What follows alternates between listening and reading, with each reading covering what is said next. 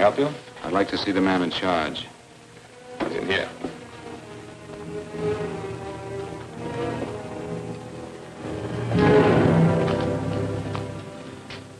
I want to report a murder.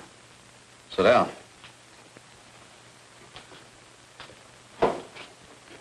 Where was this murder committed? San Francisco, last night. Who was murdered? I was.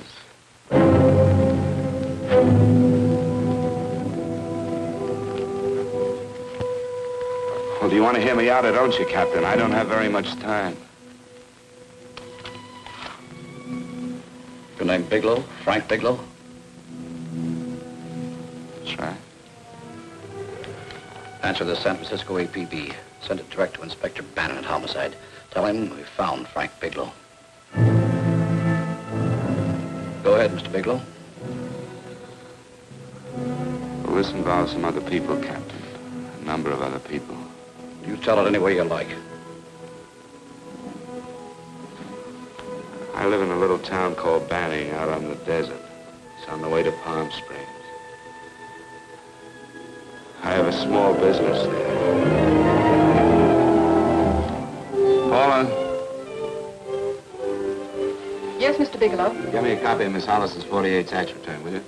Oh, you better get the 47, too. Yes, Mr. Bigelow. I don't think we took any depreciation on that new equipment last year. No, we didn't. I remember you said we could include it all this year. Sure we can. Hey, Frank. Yeah, well. Peterson says he wants a financial statement before he can give me my loan. Hello, Kitty. I will. Well, I'm leaving for San Francisco today, but I'll be back in about a week. I'll take care of it for you then. Sure is a scorcher, isn't it? Well, I've seen him worse. Well, have a nice time, Frank. Yeah, thanks, Will. Paula, why don't you come down to the place and let me give you another permanent? Makes your hair so much easier to manage in all this heat. I can't afford it right now. Maybe next month. Yeah, here it is. No, we didn't take it. Well, we can do it this year. You work it out any way you think best. Have a nice trip, Frank. Sure, Kitty. See you when I get back. Bon voyage. Why don't you come down anyway, Paula? We'll work out a deal on that permanent. Thanks. Maybe I will. Hello? Oh, hello, Mr. Hawkins. Just a moment. Do you want him to send your ticket over? No, I'll pick it up myself. No, never mind. Mr. Bigelow will pick it up at the station. Bye.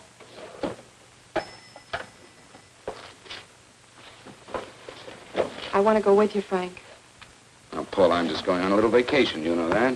You want to go without me, don't you? Be gone just a week. And I suppose you've just made up your mind to take this little vacation at 9 o'clock this morning? No, Paul, I meant to tell you about it a few days ago. I guess I forgot. Oh, you forgot. Paula, don't be like that. Don't be like what? You just drop a little announcement that you're going away. Not tomorrow or next week or next month, but today. No explanations, nothing. And I'm supposed to swallow the excuse that you need a little vacation. I just want to get away from town for a few days, that's all. Get away from this town or get away from me. Oh, Paula, please try to understand. How can you ask me to understand anything like this? No, I'm sorry, but I don't understand. Go to San Francisco, but don't expect me to be waiting for you when you get back.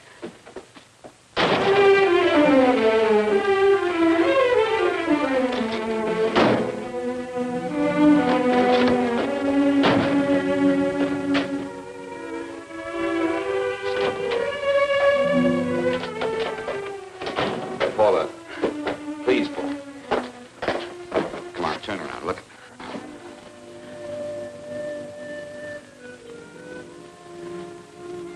Come here. Why do you do this to me, Frank? Why can't you be honest with me? As honest as I am with you? Do you have to go? I have to go, Paula. I know what I'm doing. All right, go. Go anywhere you like. You can go to blazes for all I care. Paula. Paula. Yes, I know. I'm being foolish. Come here.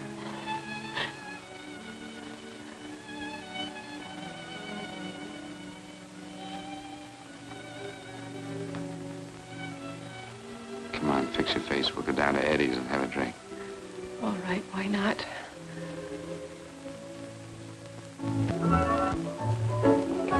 Hi, Paula. Hi, Eddie. Give us a couple of cold beers, will you? Coming up. Hi. Come on.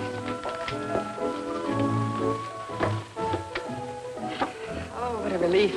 This air conditioning feels good. I sure wish we had it in the office. It'd make working a pleasure. Well, if it stays this hot, don't bother going in the rest of the week. I win 2 races today. How many did you lose? Now, you would have to ask that. Kind of early for you two, ain't it? Too hot to work. That's what I like to hear.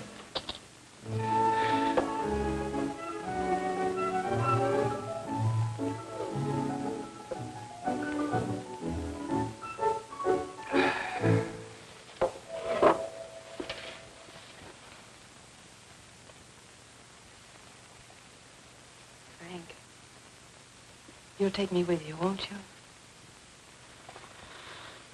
You will, won't you? Or am I crowding you? What do you mean, crowding me? Maybe you do need this week away alone. Maybe we both do. I know what's going on inside of you, Frank. You're just like any other man, only a little more so. You have a feeling of being trapped, hemmed in, and you don't know whether or not you like it. Look, Paula, I'm going to be honest with you. I care too much for you not to be honest with you. I'm as much concerned for your happiness as I am for my own. I know you've had one bad experience, Frank. I know all about it. But you don't know what it can do to two people, Paula. And the woman always gets hurt more than the man. I don't want you to get hurt, darling. More than anything in the world, I don't want you to get hurt.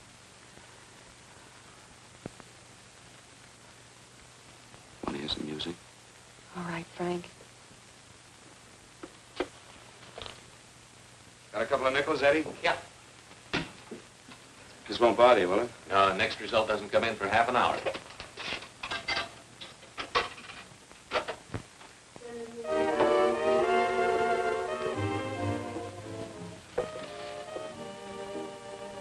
I thought that by now we'd be married. No, I'm not going to crowd you anymore, Frank. Go to San Francisco. I don't like it, but I'm convinced that you must go. I want you to be very sure, Frank. If it's right, and I believe it is, we'll have something really wonderful together. If it isn't, we should both know it as soon as possible. So you see, even if I could stop you, I wouldn't do it now.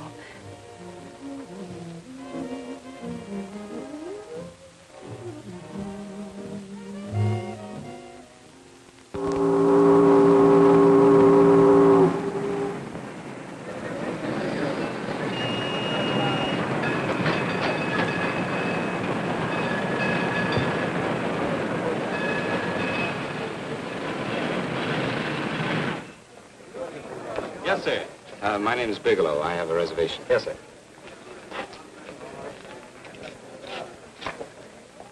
Here we are, sir.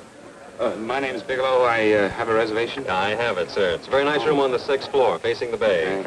Boy, this might help you enjoy your stay, Mr. Bigelow. It's a little booklet on how to have fun in San Francisco. Oh, thank you. Very welcome, sir. Thank you. Say, is it always like this around here? No, this is market week, and it's the last day, too. Boy, always around until you need him. Oh, 517? Thank you. Here's a message for you, Mr. Bigelow. Long-distance call came in about an hour ago from Banning, from a Paula Gibson. Oh, thank you. Very welcome. Show Mr. Bigelow to 618. Right this way, Slide.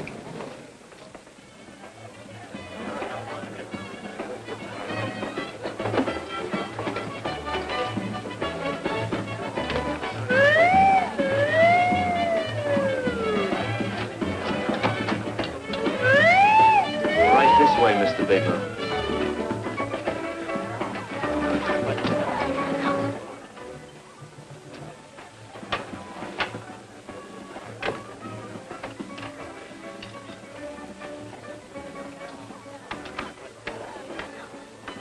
Is there anything else, Mr. Bigelow? Oh, yes, you can get me a dry Manhattan and a pack of razor blades. Yes, sir. Thank you. Oh, and you can leave that door open. Hello, operator. I want to speak to Miss Paula Gibson in Banning, California. Yeah, that's right. No, I'll wait. Hello? Hello, Paula. Oh, hello, Frank. How was the trip? Fine, just fine. Having a miserable time, I hope.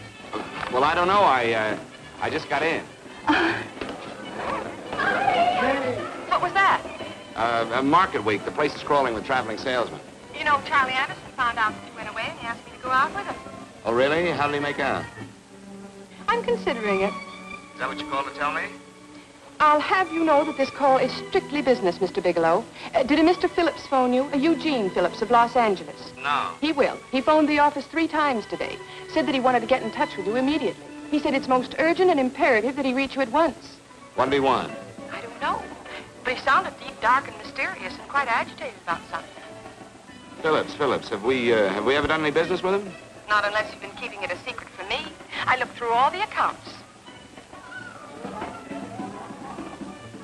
Why didn't you tell him you could reach me here? You know I'm supposed to be on vacation. So you told me. And so I told him, dear heart. But the gentleman didn't seem to respect your temperamental moods the way I do. He was very insistent that he speak to you before it's too late, as he put it. Well, tell him you tried to get in touch with me and I've changed my plans and you can't reach me. He won't talk to me. I told him that I was your confidential secretary, but I guess I didn't sound confidential enough. So I told him that he could reach you there this evening.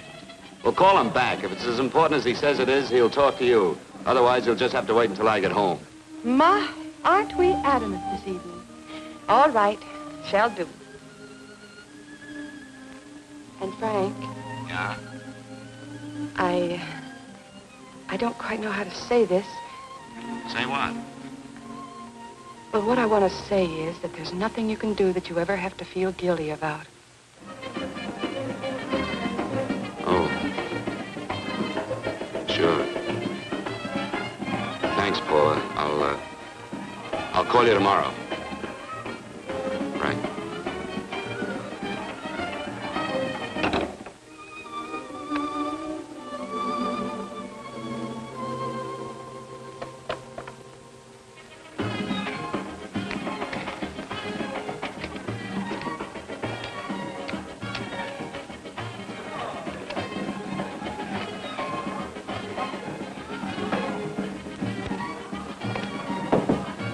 Oh, just put it there, please.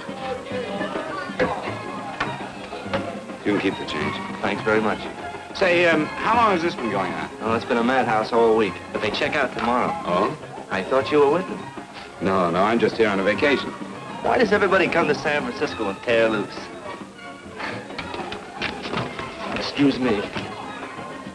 Say, I'm awfully sorry to bother you, but would you mind if I use your telephone? No, go right ahead. I'm just across the hall here. One of the boys is using my phone, and he's been on it for a half hour. I just want to call downstairs. Yeah. Thank you.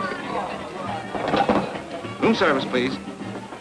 Hey, things really picked up the last few days, didn't they? You right at much business? Well, I'm not here on business. Oh, hello, room service?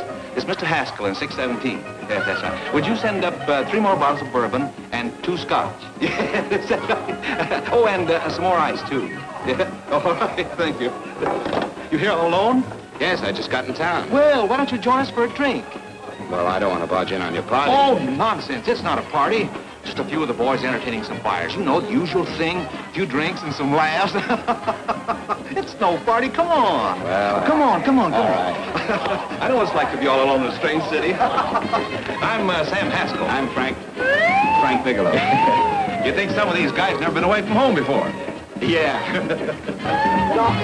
Hey, quiet down a minute. Hey, will you quiet down a second? I want you to meet Frank Bigelow. Hello. Hi. This is Jane Carlisle. Hello. Bill Welch. How are you, Mr. Wells? Glad to know you, Bigelow. Jane's the prettiest buyer in San Francisco. Oh, hey, I resent that. You don't think I believe him, Elaine? Well, he spreads that from coast to coast. Oh, gee. But it's good for my morale anyway. I'm George Cantwell. Glad to know you, Mr. Bigelow. Bigelow, yes. Right at much business? He's not here on business. Oh?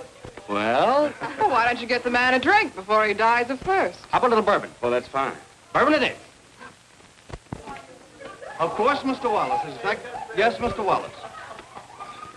But, Mr. Wallace, I'll need at least a week in Cleveland to visit all my accounts. I can't figure on being in Philadelphia until the 17th. Eddie, will you get off the phone? I want you to meet Frank Bigelow. How are you? That's his boss. He's been trying for an hour to get his expense account boosted. Yeah, the way this guy holds on to $1, you'd think they weren't printing them anymore. Yes, Mr. Wallace.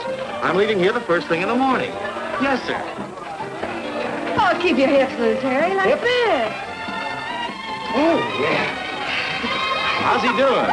Oh, there's nothing wrong with Harry's drummer. The 2 years ago, the Murrays wouldn't shoot. Hey, now, wait a minute. I was doing all right there. This is Sue and Harry Brandis. Hello, good to meet you. How are you? Where'd you find her, Sam? On a dance marathon?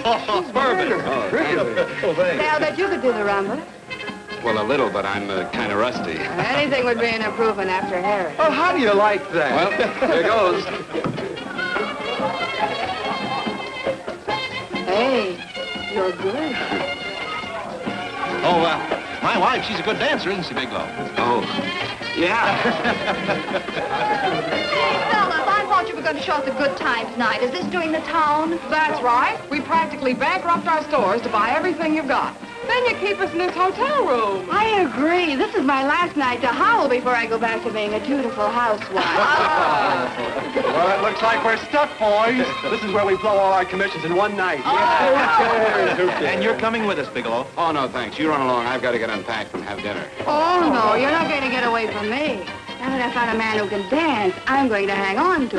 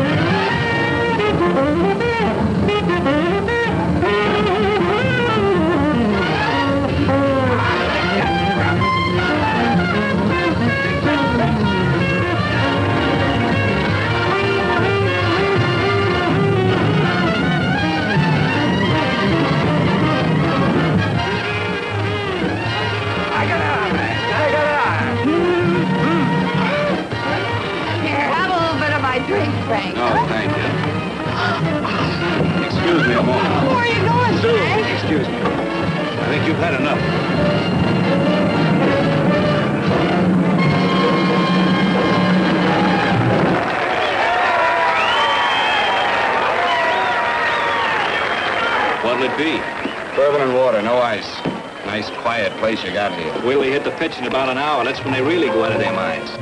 Who's the blonde? Oh, she's one of the chicks that hangs around here. She's jive crazy.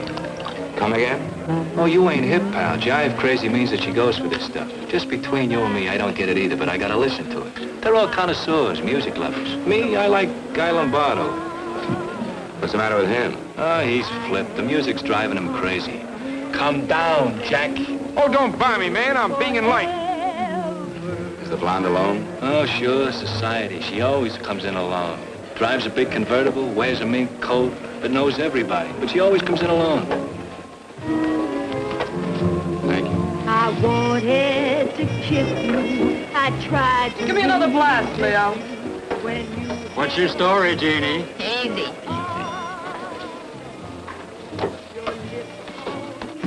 Hello. Easy. Dig the fisherman. Oh, that's really silk, isn't it? Can I buy you a drink? Sure thing. Give me a blast, Leo. Leo, I left my blast at the other end of the bar.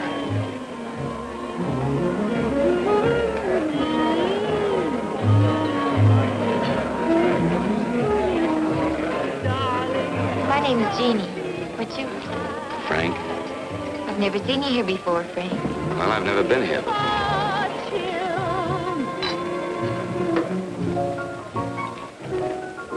This isn't mine. Mine was bourbon. Well, sure it is. You saw me pour it. Give me a fresh drink. Anything you say. Oh, listen to that piano. Feel those vibrations. You don't get your kicks out of this, do you? I can live without it. Why do you stay here? I don't know. I bet I know. You're lonely in a big city. Why, you don't have to go into a routine with me. I like good company, too.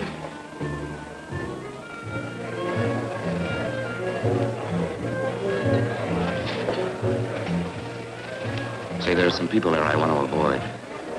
Couldn't we get out of here? Let me think about it. Oh, come on. How about going somewhere else, then? Why don't you meet me later? Okay. Where? I tried to forget you, but you whispered, darling, I love. Call me at that number later. It's my next stop. They've got a band there that'll really send you. See you, Jeannie. Easy.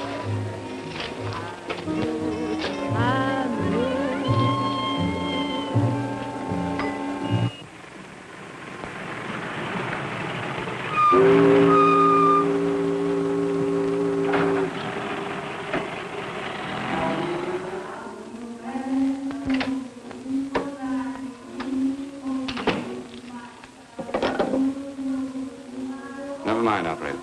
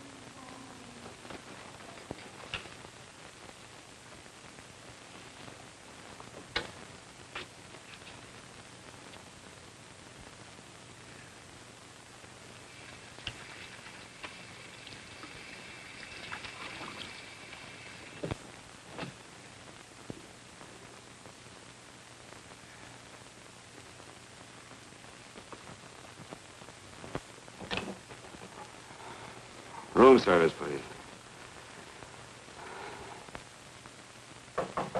Come in.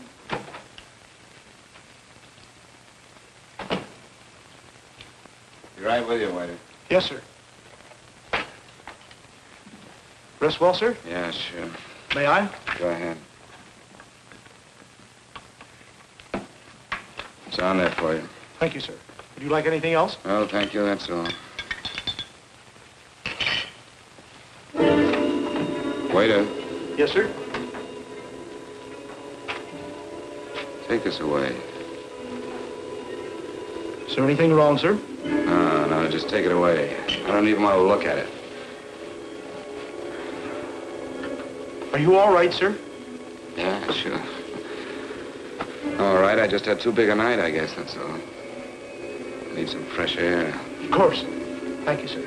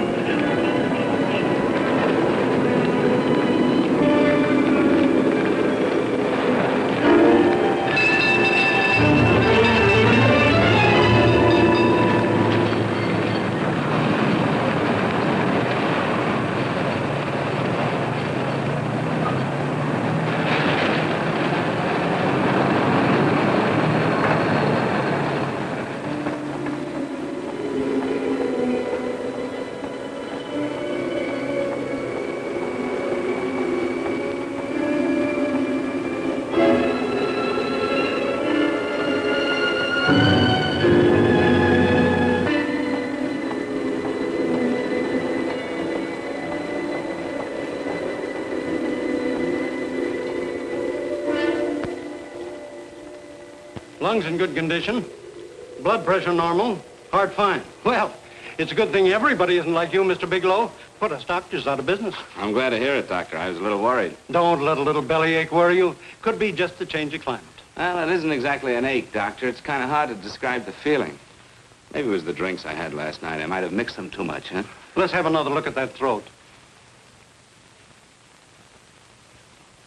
You may finish dressing now, Mr. Bigelow.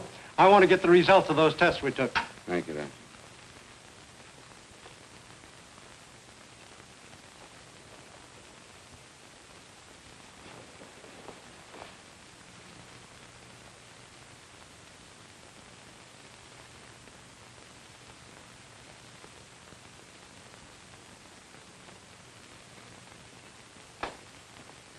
Mr. Bigelow, this is Dr. Schaefer. Hello, Doctor. How are you? Sit down, Mr. Bigelow. According to the information you gave Miss Wilson, you're not married, Mr. Bigelow. That's right. Do you have any relatives, family, anyone in San Francisco? No, no one. I don't know a soul in San Francisco. Where is your home? What is this, Doctor? Why all the questions? You're a very sick man, Mr. Bigelow. Sick? But you told me I was in good shape. Yes, I know. But my preliminary examination didn't reveal your true condition. You sound as if it's pretty serious, Doctor. It's extremely serious. I want you to understand that we wouldn't tell you something like this unless we were absolutely certain. Well, of course, of course. You must steel yourself for a shock, Mr. Bigelow. Well, go on, Doctor. What is it you're trying to tell me? Our tests reveal the presence in your body of a luminous toxic matter. What is that exactly? A poison that attacks the vital organs. Poison? We have no alternative but to tell you this. Your system has already absorbed sufficient toxin to prove fatal. I wish there was something that we could do. What do you mean, wish? You mean there's nothing? There is nothing anyone can do. This is one of the few poisons of its type for which there is no antidote. Well, this is fantastic. This is the most ridiculous thing. You don't have very long. What do you mean? A day, possibly a week, 2 weeks at the outside. It's hard to say exactly. Well, this is impossible. I don't believe it. You've made a mistake. That's it. It could be a mistake, couldn't it? You have made a mistake, haven't you? Answer me. Dr. Schaefer is an authority on toxicology. Been no mistake, Mr. Bigelow. Do you realize what you're saying? Well, you're telling me that I'm dead. Do you think you can explain my life away in just a few words? Why, I don't even know who you are. Why should I believe you? You must calm yourself, Mr. Bigelow. We want to offer you every assistance that we've... Assistance? Who wants your assistance? Who wants anything from you? You're nothing but a couple of phonies. Why, I think you're crazy. That's it. You're crazy. The both of you. You're crazy.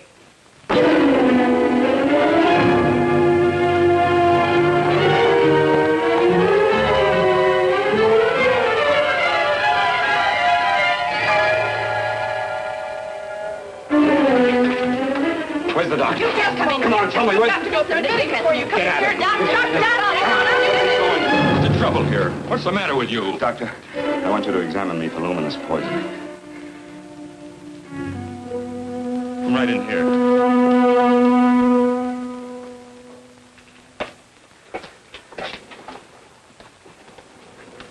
Yeah, you've got it all right.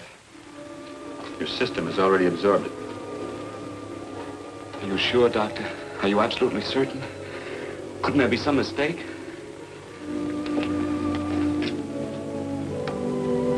There it is. Toxin is actually luminous in the dark. Now there's no doubt about it, Bigelow. I don't feel sick. My stomach is just a little bit upset. Maybe it's not as bad as you think, Doctor. That's characteristic. With a heavy jolt, you go suddenly in a matter of hours. But if the stuff is taken in a lesser degree, you last a while, and then...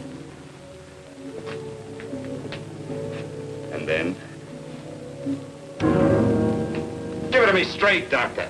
Well, a number of things are involved. The systemic condition of the individual, the amount consumed, exertion. Yes?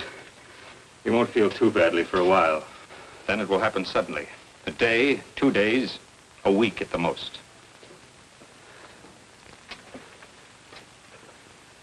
A day. 2 days. There's nothing that can be done now. If it had been caught in time, your stomach could have been washed out. But you've had it in you for some time now. For at least 12 hours, haven't you, Bigelow? I don't know. You don't know? No. Don't you know how you got it? No. This is no accident. Somebody knew how to handle that stuff. That wax is tasteless and odorless. The amount of alcohol in your body, you must have got it in liquor. I was drinking last night. Arrange for your admission to the hospital immediately. Of course, I'll have to notify the police. This is a case for homicide. Homicide? I don't think you fully understand, Bigelow. You've been murdered.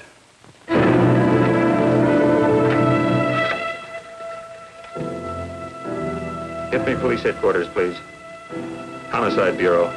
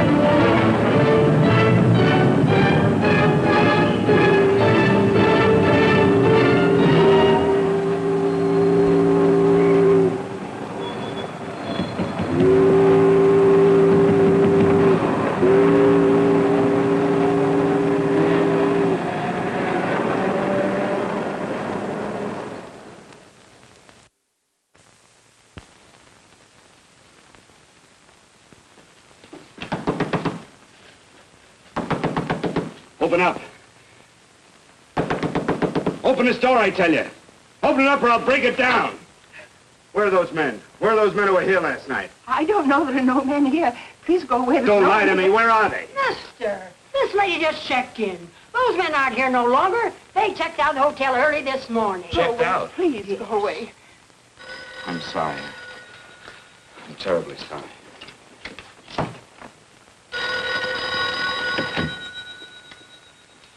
Hello? Please, Mr. Bigelow, my eardrums. Oh, hello, Paula. Your enthusiasm overwhelms me. Why haven't you phoned me, or is there a quota on telephone calls up there? I'm sorry. I've been busy. I'll bet you have. Visiting the museums, no doubt. What's happening up there that's exciting or different? Nothing, not a thing. I'll bet you miss me, but you're too stubborn to admit it. Sure. You know, if you'd like me to come up, I can pack a toothbrush and leave right away. No. Well, you don't have to snap my head off. You could at least make a pretense of missing me. I'm sorry, Paula. Of course I miss you. Listen, Paula, Paula, it's just that I don't feel like talking now. I'll call you later. Don't strain yourself. You phone me sometime when you feel more like talking. Oh, by the way, I called that Mr. Phillips back. Phillips? Yes, you know, the man that tried to reach you. Well, I'm afraid you'll never know why it was so important that he speak to you. His office said he died yesterday. Frank, are you there? Did you hear me? Die? When? Yesterday. So you won't have to bother your little head about him anymore. You can just go ahead and have fun. Paula, what did he die from? Do you know? I suppose he died from whatever people usually die from. Well, didn't they tell you? Don't you know? What are you getting so excited about? You said you didn't even know the man. Listen, where's his office located? What difference does it make? You can't talk to him now. I told you the man's dead. Paula, will you stop talking so much and tell me where his office is? All right. It's the Phillips Importing and Exporting Company, Bradbury Building, Los Angeles. Bradbury Building, Los Angeles. That's right. Say, this is really a switch. Listen, if you want to reach me, I'll be in Los Angeles. Are you out of your mind? I'm sorry, Paula. I've got to hurry. Wait a minute. Where in Los Angeles? The Allison Hotel. Goodbye, Paula.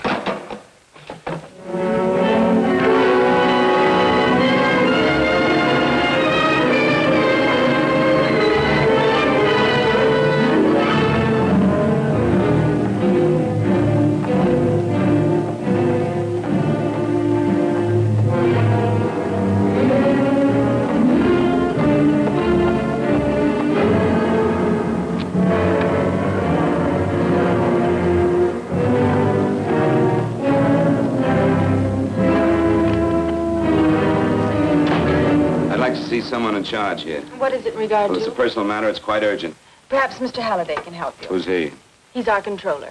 Your name, please? Bigelow. Mr. Bigelow to see you. Send him in. Go right in, please. That door.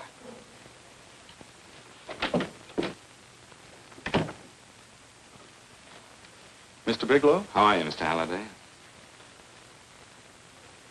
What can I do for you? Well, Mr. Phillips phoned my office several times yesterday. I'd like to find out what it's all about. You know Mr. Phillips died yesterday? Yes, I know. Well, I don't understand. If he phoned you, didn't he tell you what it was about? Well, he didn't speak to me. I wasn't in my office at the time, and he wouldn't tell my secretary. Well, I'm afraid I can't be of much help, Mr. Bigelow. I've no idea why Mr. Phillips tried to reach you. I'm sorry you had to make the trip for nothing. How do you know I made a trip? I didn't say anything about making a trip. I merely said he phoned my office. My office could be here in Los Angeles. Miss Foster, Yes? didn't you mention something yesterday about Mr. Phillips speaking with Mr. Bigelow in San Francisco? I said that he had phoned Mr. Bigelow's office in Banning, but that Mr. Bigelow was staying at the St. Francis Hotel in San Francisco. I'm sorry you misunderstood me. Do you know why Mr. Phillips called? No, I don't. All right, thank you, Miss Foster. You can understand that we've been somewhat upset around here. Now, if you don't mind,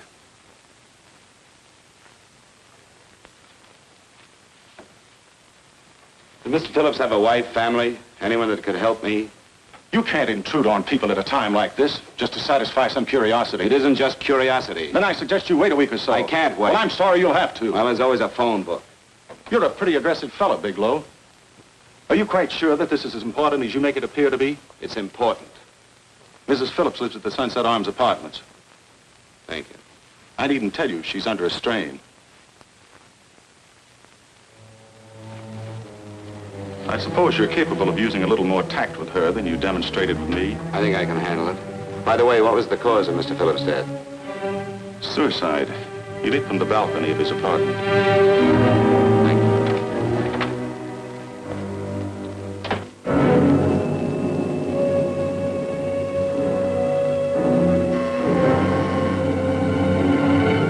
Come in, Mr. Bigelow.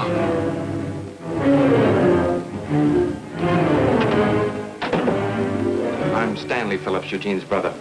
Halliday phoned that you were coming.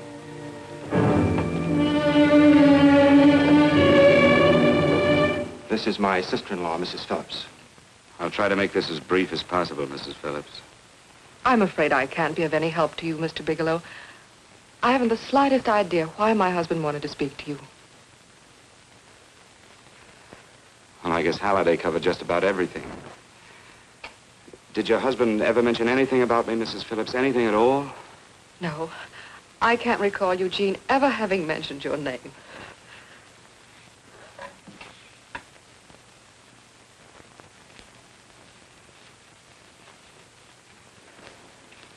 I hate to ask you this, Mrs. Phillips, but it's of vital importance to me.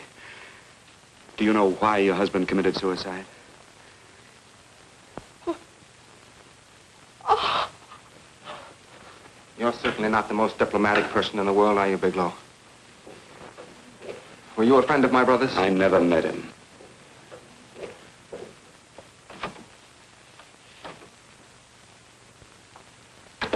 My brother was in a jam, a pretty bad jam. He was arrested 2 days ago. He sold some iridium to a dealer by the name of Majak. It's a very rare metal, very costly. Anyway, the iridium turned out to be stolen. He was released on bail yesterday, but he faced a pretty stiff prison term. And have committed suicide for less. Yes, I know. That's how the police feel about it. What puzzles me, though, is this crooked deal. Knowing Eugene, you wouldn't say he's the type of man to be mixed up in anything like that, now would you? I told you I never met him.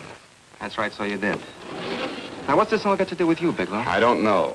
Let's come clean with each other, Bigelow. Surely you must have some idea why my brother was so desperate to contact you? I have no idea. That's odd. Then how could it be of such vital importance to you? Well, you seem to know the answer to everything else. Maybe you know the answer to that one, too.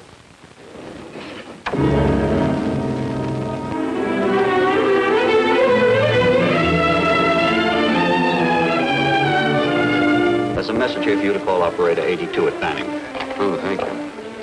Show Mr. Bigelow to room 821. Say, would you have the operator put this call through to my room right away? I'll take it up there. Thank you. Hello, operator. Hey, I'll call you if I need anything. Thank you, sir. Hello, Paula? Well, Sinbad, I'd just about given you up for lost. Do you mind telling me just why you rushed down to Los Angeles? I can't explain it to you just now, Paula. I just can't explain it. What's going on, Frank? You don't even sound like yourself. Well, I'm just a little tired, Paula, that's all. But I miss you. Oh, Frank. I can't tell you how good it is to hear you say that. And here I was worrying that I'd lost my charm. When are you coming home, Frank? Soon, Paula. I'll be home soon. I'll go right out and get myself a permanent so I'll be pretty when you see me. Hey, guess what? I found that Phillips name in your notarial ledger. Notarial ledger? Yes, of all places. I remember now I made the entry myself. You had notarized a paper one morning before I came to work. What kind of paper was it? A bill of sale for a George Reynolds made out to Eugene Phillips of Los Angeles. So you see, I was right. We hadn't done any business with Phillips, only indirectly. What was the bill of sale for? A shipment of iridium, whatever that is. Iridium? You mentioned at the time that this fellow Reynolds had made some kind of a deal in Palm Springs, and he stopped in your office early in the morning on his way north to have it notarized. Wait a minute. Wait a minute, George Reynolds. That was about 6 months ago, wasn't it? That's right, 6 months ago. Thanks, Paul. Oh, goodbye. Goodbye. Hello, operator. Get that number back for me.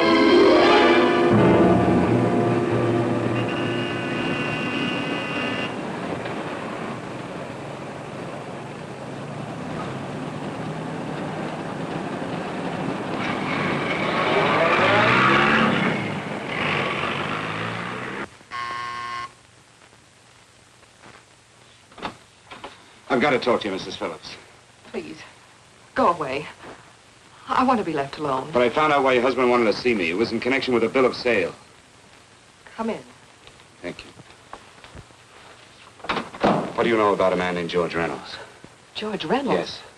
Why, that's the man my husband claimed sold him the iridium. And what did Reynolds claim? Reynolds disappeared. Yes? About 2 months ago, my husband grew suspicious that something was wrong. Since then, he tried in every way to locate Reynolds, but could find no trace of him. But I don't get it. Your husband could have proved he made a legitimate deal by showing the bill of sale he got from Reynolds. Then there was a bill of sale? Yes, of course there was. Oh, my husband swore there was, but at the time of his arrest, he couldn't find it. It was mysteriously missing. Well, then, if your husband could have shown proof, it would have been George Reynolds who would have faced the prison term. Eugene was convinced that Reynolds had stolen the bill of sale. He was the only one who had reason to eliminate evidence of the transaction. Thank you, Mrs. Thank you very much. You've been very helpful. Oh, if you'd only come sooner, Mr. Bigelow. My husband might be alive today. I know.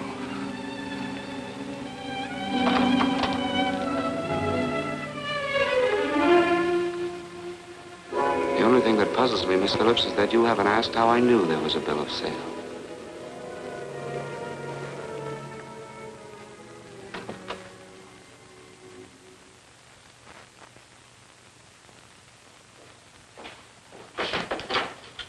Mr. Holliday isn't in. He should be back shortly. I think you're the one who can help me, Miss Foster. Mr. Phillips tried to reach someone else before he called me yesterday, didn't he? Why don't you ask Mr. Holliday? Obviously, Mr. Holliday wasn't here yesterday, or he wouldn't have had to learn from you that Phillips called me. And you're the logical person to know who else Phillips called. I don't believe that's any of your business, Mr. Bigelow. Don't think you're revealing anything confidential, Miss Foster. I know that he tried to reach somebody else. Mrs. Phillips told me. You're bluffing, Mr. Bigelow. I don't know what you're after, but you're trying to trick me. Mrs. Phillips didn't tell you a thing. How do you know that? Mrs. Phillips knows nothing about it. She doesn't. Well, why wouldn't she? Wait a minute. I was talking about George Reynolds. Who did you think I meant? Just who is it that Mrs. Phillips doesn't know I about? told you before, that's none of your business. All right, young lady, I'm going to give it to you straight. Phillips was murdered. Murdered? I don't believe you. He told me because he needed me to clear him. Phillips was innocent. Innocent men don't have to jump out of windows. Murdered? Just who are you trying to protect, Miss Foster? Why are you so afraid to tell the truth? I'm not protecting anybody. I haven't any more to say. All right, young lady, listen to me. This thing is going to explode wide open. If you've got nothing to hide, you better start talking. Or maybe you are mixed up. No! Well, then, come on. Mr. Phillips called Marla Rakubian. He went to see her yesterday morning. Who's Marla Rakubian? She's a model. She and Mr. Phillips used to be quite friendly, but he hadn't been seeing her for quite some time. Come on. The last couple of months, he'd been trying to locate her and finally learned where she lived yesterday morning. When he returned from seeing her, he was terribly upset and excited. That's when he put in the calls for you. When he couldn't reach you, he went home. The last time I saw him alive. Give me Marla Rakubian's address. I don't think Mr. Phillips realized I was aware of his friendship with Marla Rakubian, and out of respect for him, I never intended to tell anybody. I had no idea that she had anything to do with the trouble he was in. I admire your discretion, Miss Foster. You know, you must be pretty friendly with Stanley, Miss Foster. He knew how desperately his brother tried to reach me yesterday, and he wasn't even here at the time. And now you seem to know all about what happened in Mrs. Phillips' apartment.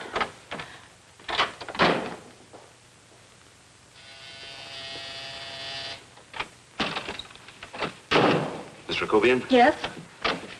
What do you want? Get out of here or I'll call the Go police. ahead, call him. Oh, go ahead, call him. Going on a trip, huh? Yes, going away for the weekend. Sailing for Buenos Aires tomorrow, some weekend. I'll send you a postcard. Now get out of here. Who are you going with, George Reynolds? Never heard of him. I suppose you've never heard of Eugene Phillips either.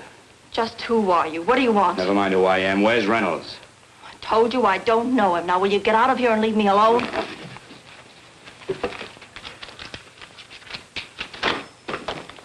So you never heard of George Reynolds, huh? And don't try to tell me that this isn't him because I've seen him. If you think you can scare me, you're crazy. Look, I know that Phillips came here yesterday. And right after he left, he was pushed out of a 6-story window. Pushed?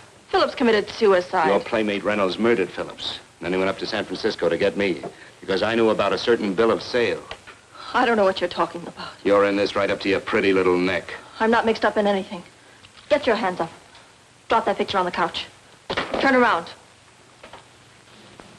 Don't get any ideas because I'm not afraid to use this. Give me your wallet.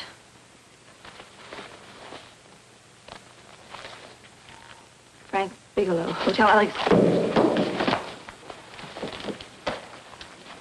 All right, now where's Reynolds? I don't know. I don't know where he is. Is that what you told Phillips yesterday? I told him exactly what I'm telling you. I haven't heard from him in months. Yeah? You're mighty careful of the picture of a man you haven't heard from in months. What does the Ray stand for? It was a pet name. Do you mind? Oh, it sounds very cozy, Miss Rakubian. You and Reynolds call each other pet names while you make a sucker out of Phillips. Phillips made the deal because he wanted it. Yeah? I'll bet you weren't above using what it takes to help make him want it. Who's paying for this trip? I am. Really? A first-class trip to Buenos Aires on a model salary. Don't make me laugh. Since you and Reynolds aren't seeing each other anymore, you don't mind if I keep this to you. If I were a man, I'd punch your dirty face in. You know, I really believe you would. Oh, I almost forgot. Your tickets. Don't be surprised if I'm there to see you off.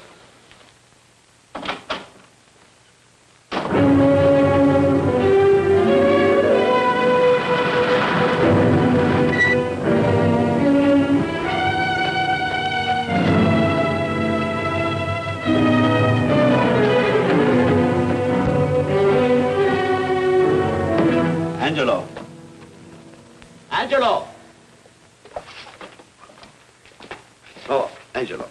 Do you remember taking this picture of George Reynolds? I take so many pictures, I can't remember them all. This gentleman is a friend of his and would like his address. We have no card on him. I don't think we ought to do that. He's willing to pay $20 for it. That's the paper we used last year. Of course, you understand we usually don't give out the information about our clients. I know, you're a couple of high-class fellas. Thank you. Revealing anything confidential is against the ethics of our establishment. That's right. Honesty is the best policy. Of course. But in your case, inasmuch as you're a personal friend of Mr. Reynolds... Thanks. I knew you'd come through. Got it. Here it is. We don't have his address. He must have called for the picture. But he couldn't have been a very good friend of yours, mister. Because his name is not George Reynolds. It isn't? Well, what is it? It's a... Huh? Oh. Here. It's Raymond Rakubian. Rakubian? What's so unusual about that? The picture's signed Ray, isn't it? Yeah. Yeah.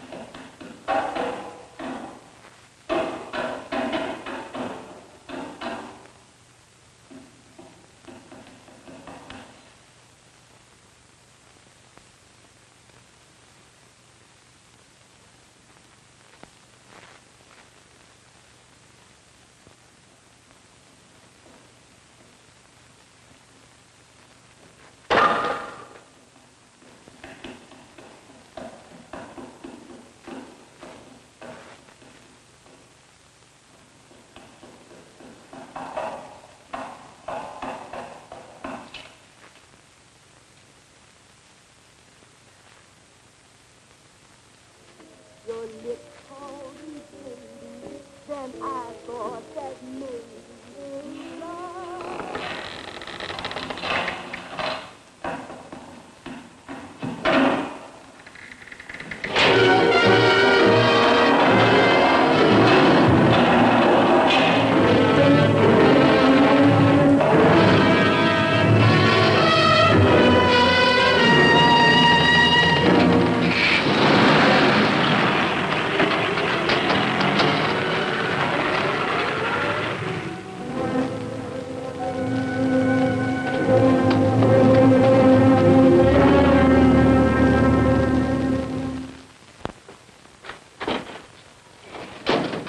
Bigelow, are you all right?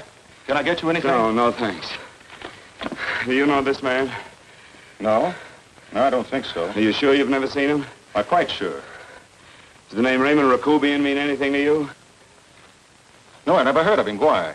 He also uses the name George Reynolds. This is Reynolds? That's right. Well, where can we find him? That's what I want to know. Tell me something, Halliday. You're the controller here. How come you didn't know about that bill of sale? Phillips made that deal before I came to work here. Yeah, but you still keep records, don't you? For some reason, which is none of my business, Phillips preferred to keep that among his personal papers. Now, does that answer your question? You came in here today asking for some information that you needed, and I tried to be as cooperative as I could. But now you're beginning to annoy me. So get out before I throw you out.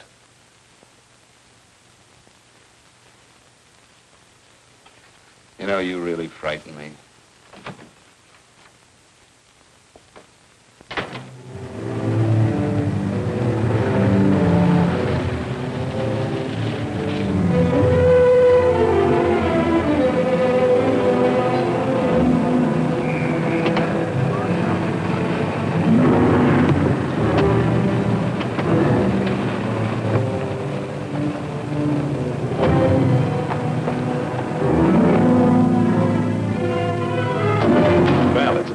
you showed up, Bigelow. Go ahead, Dave.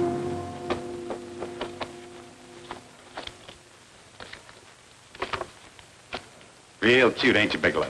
Just real cute. Paula didn't lose much time getting a hold of you guys, did she? Shut up. Let's go, Bigelow. Look at him. He can't take it. Soft in the back. You do that again and I'll kick your face. Lay off, Chester. Cut it out. Shut up! Who asked you? Better let him answer. The clerk might know he's in. Go ahead, Bigelow.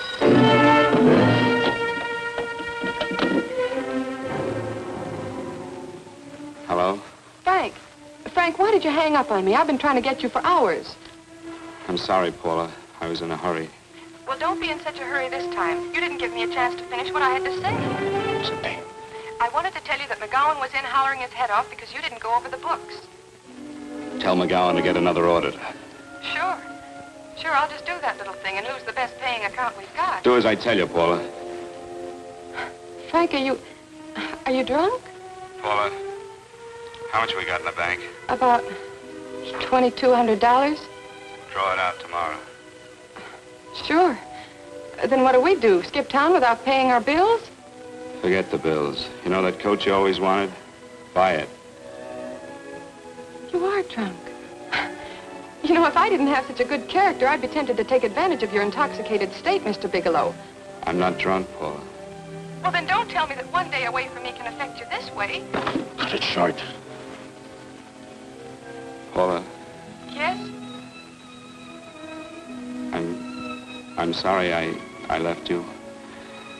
I never realized how much I love you. But I know it now. Oh, Frank, darling, I love you too so very much.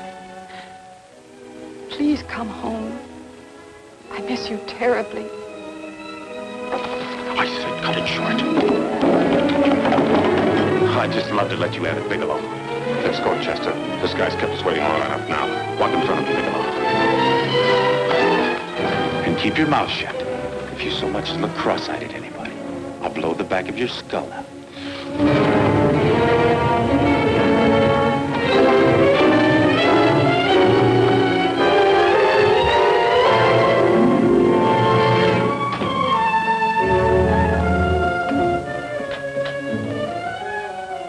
This Bigelow's real cute. He wanted to get tough with Chester. He don't know Chester. Did you get the picture? Don't I always get what Mr. Majak sends me after? Majak? That's right. I'm the dealer who bought the iridium from Phillips. I get it. You have Rakubian unload stolen stuff on Phillips with the help of Marla here, and then you buy it back from him. Oh, you certainly made a sucker out of Phillips. What is it, Mr. Bigelow? Exactly what is on your mind? I'm looking for Raymond Rakubian. What? Well, now, Marla here has told you everything else. I'm sure she must have told you that, too. You don't expect me to believe this conversation. So, what is on your mind? I mean, underneath. You forced your way into my affairs, and now I want to know why. I just told you. I'm looking for Raymond Rakubian. Don't get cute. I'm just itching to work you over. Soft in the belly. Can't take it. See what I tell you?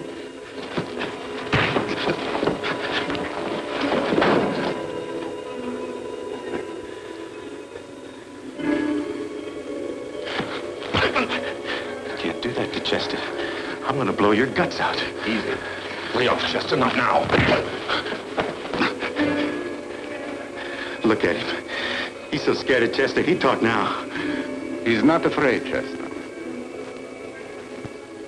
You can tell from a man's eyes when he is afraid. Look at his eyes.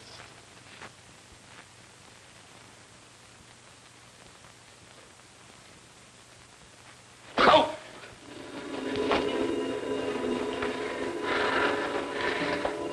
I'm telling you, Majak, you better keep him away from me or he's really going to have to use that gun. Go away, Chester, please. Do what I tell you, my boy. Please. And help Dave.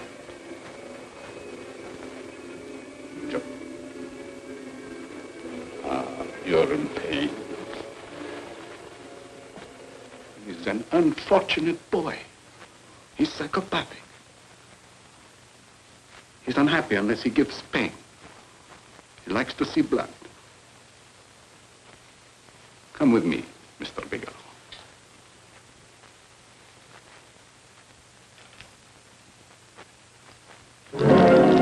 Raymond Rakubian was my nephew. He could not possibly have tried to kill you. He's been dead 5 months.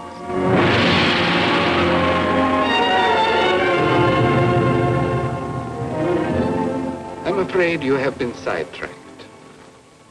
Provided it is true that somebody made an attempt on your life. Somebody made an attempt again today. I had no reason to kill you, believe me. What do you mean you had no reason? I notarized a certain bill of sale. You notarized the bill of sale for Reynolds, not Rakubian. Now, what I told you was true. I had no reason to kill you. That's a closet, Mr. Bigelow. And under other circumstances, you could go home now. But now you present a problem. You know too much, and I am in danger. Chester! Suppose I were able to prove to you that I only want to find the person who tried to kill me. And I won't cause you any trouble. You know I can go to jail for 10 years for this little business. 10 years. At my age, that's my life. That means my entire life. With my life, I do not take chances. I am sorry, believe me. You want Joe to go with you? No. Just Bigelow and me. And baby makes 3. But Major, goodbye, Mr. Bigelow, and forgive me. Let's go, Bigelow. I guess you won't be there to see me off.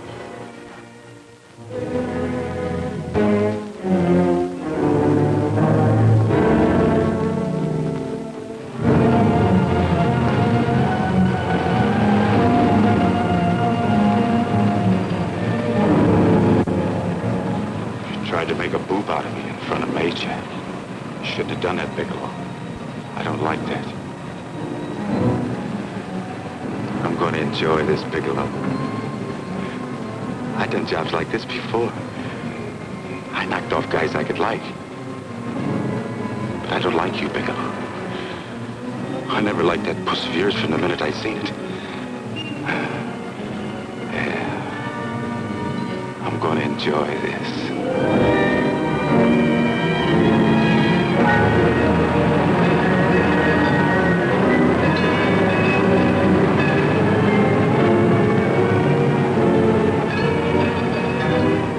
Ain't scared yet, are you, Bigelow? But you'll be scared. Good and scared. I think I'll give it to you in the belly. You don't like it in the belly?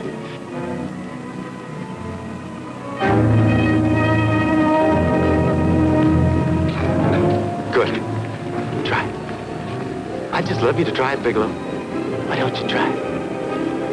Go ahead.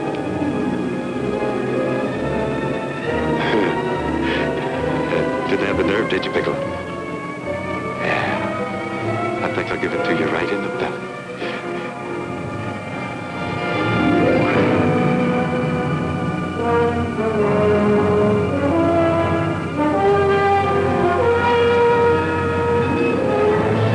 Longer when you get it in the belly.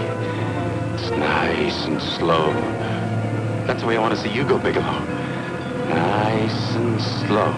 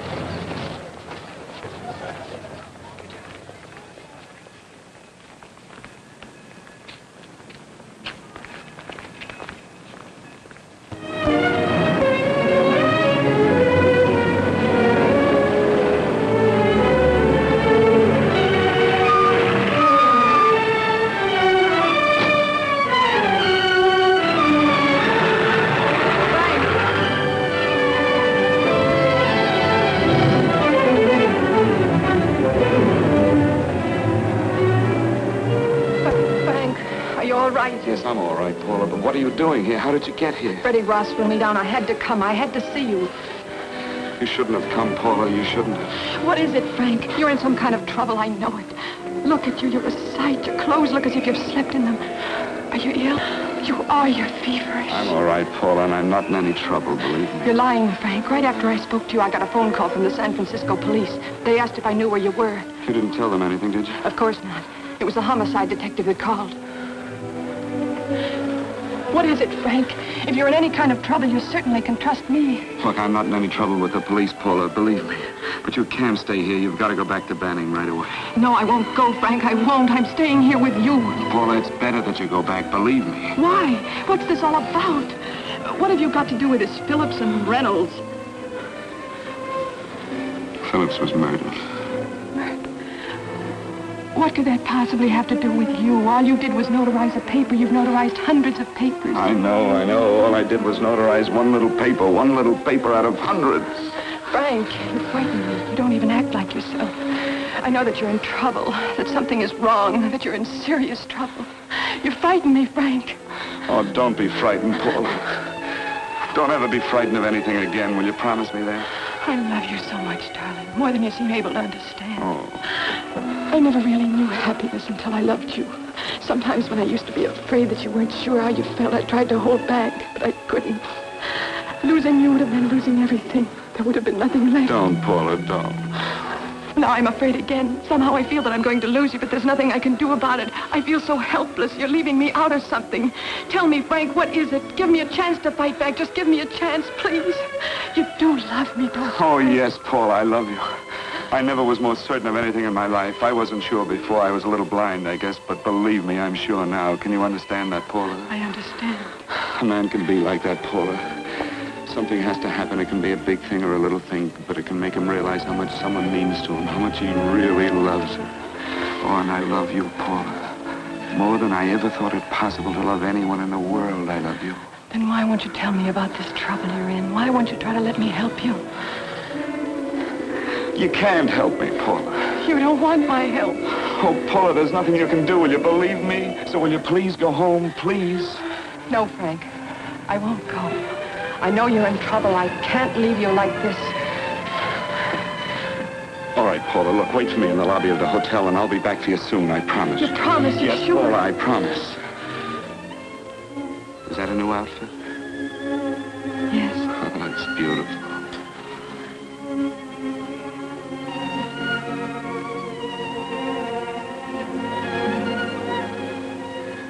You'll come back to me, won't you, Frank? Yes, Paula, I'll come back, I promise. Please hurry, darling. Oh, I love you. I love you, Paula.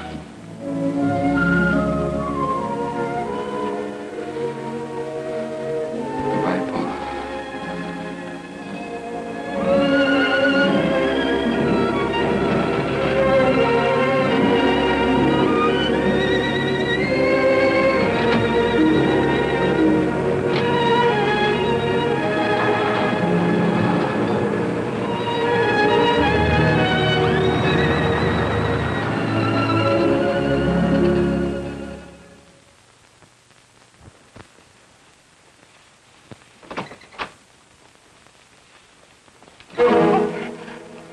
Stanley here?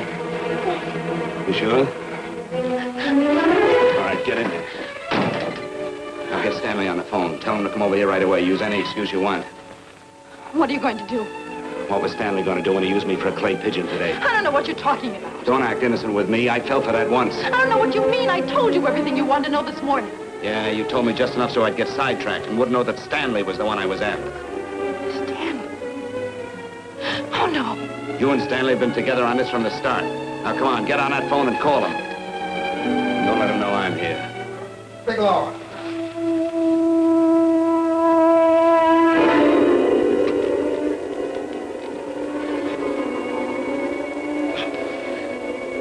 You've been sidetracked, all right. But it was the poor bereaved little widow who did it. We're supposed to have found this letter this afternoon. It's in my brother's desk at the office. It's postmarked 2 years ago.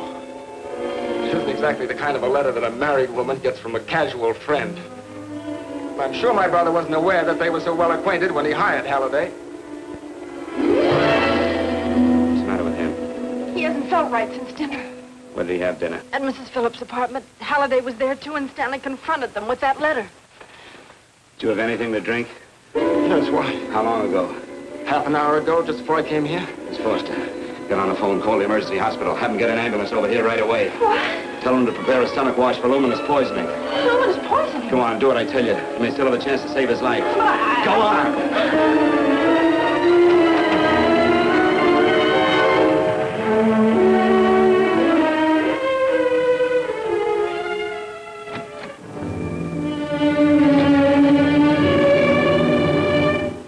I found George Reynolds, Mrs. Phillips.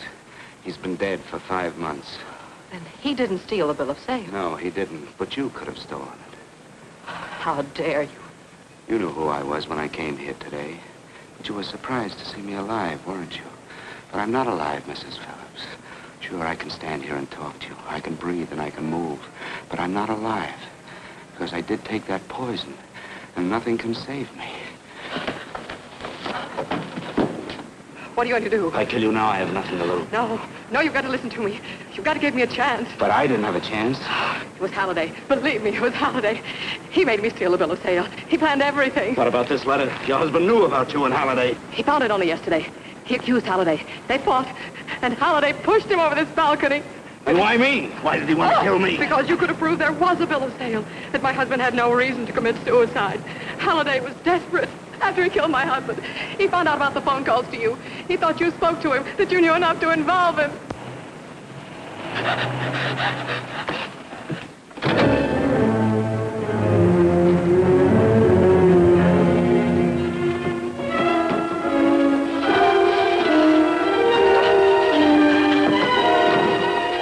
Where's Halliday? Where is he? He's in the office. This time you don't warn him.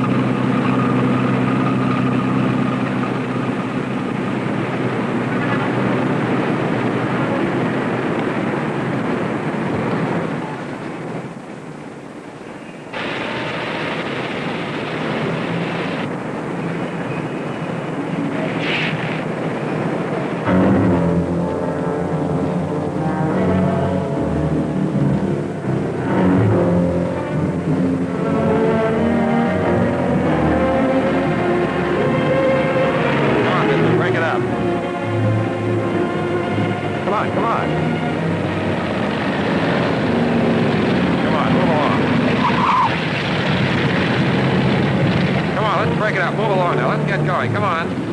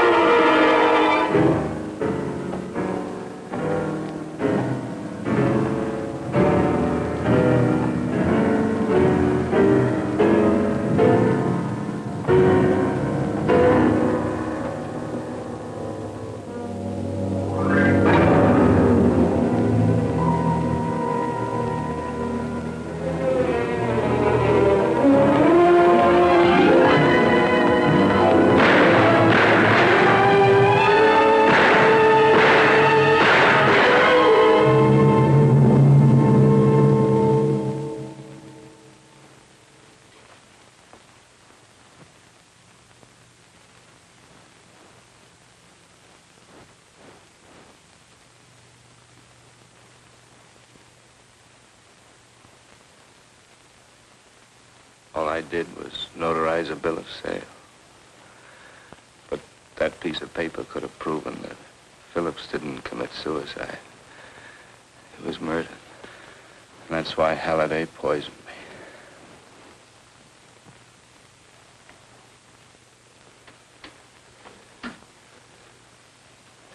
Would you?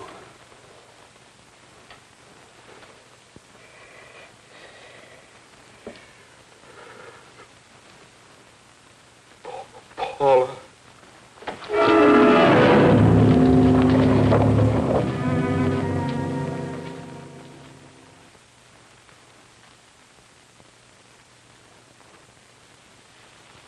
Call the morgue.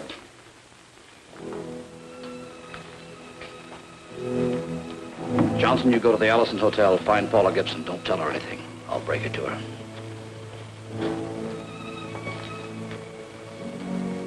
How shall I make out the report on him, Captain? Better make it dead on arrival.